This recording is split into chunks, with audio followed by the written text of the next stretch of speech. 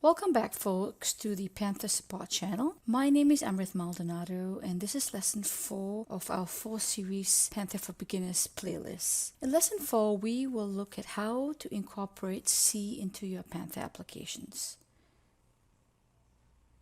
We will cover Panther's makefile as well as Panther's funclist.c file. We'll also look at how you would rebuild your Panther executables. This is the installation folder of Panther 5.52. It contains several subfolders. The link directory contains all the C files needed for your Panther application. The major ones are funclist.c, jmain.c, as well as the makefile. All right, let's kind of dive into it. I've opened up all 3 files here. Let's look at the jmain.c file. Now, your jmain.c file is the main of your Panther application. And this is where you would specify your start screen name of initial screen, any icons for your application, any initialization code, your initial startup libraries, your cleanup code.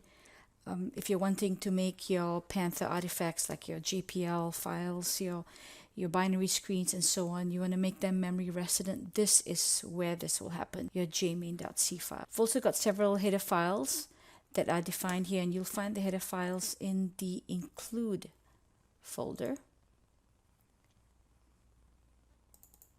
This is your include folder. A couple of header files I like to point out is your smcommon.h and your smmark.h. And these files contain library functions that deal with compiler dependencies. All right.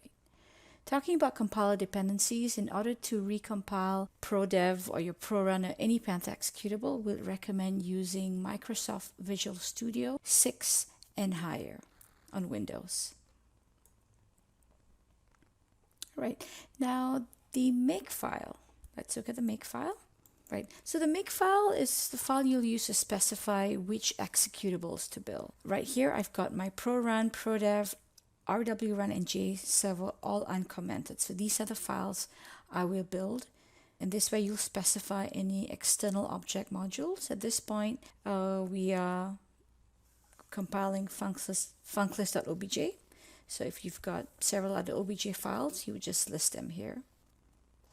If you're wanting to link in any databases statically into your executable, you would make sure you uncomment the correct database. This is for your Visual Studio versions. If you're wanting to recompile any web parameters, you specify them here. This is where you'll specify your debugger parameters, and so on. Right, the next C file is your funclist.c. Your funclist.c file contains any prototype functions that you like to link into your Panther application. If you have any external prototype functions, you specify them here. If you like to create any default functions like a screen entry exit, group entry exit function, control functions, any prototype functions, this is where they will be specified. This is all I have for lesson 4, incorporating C into Panther.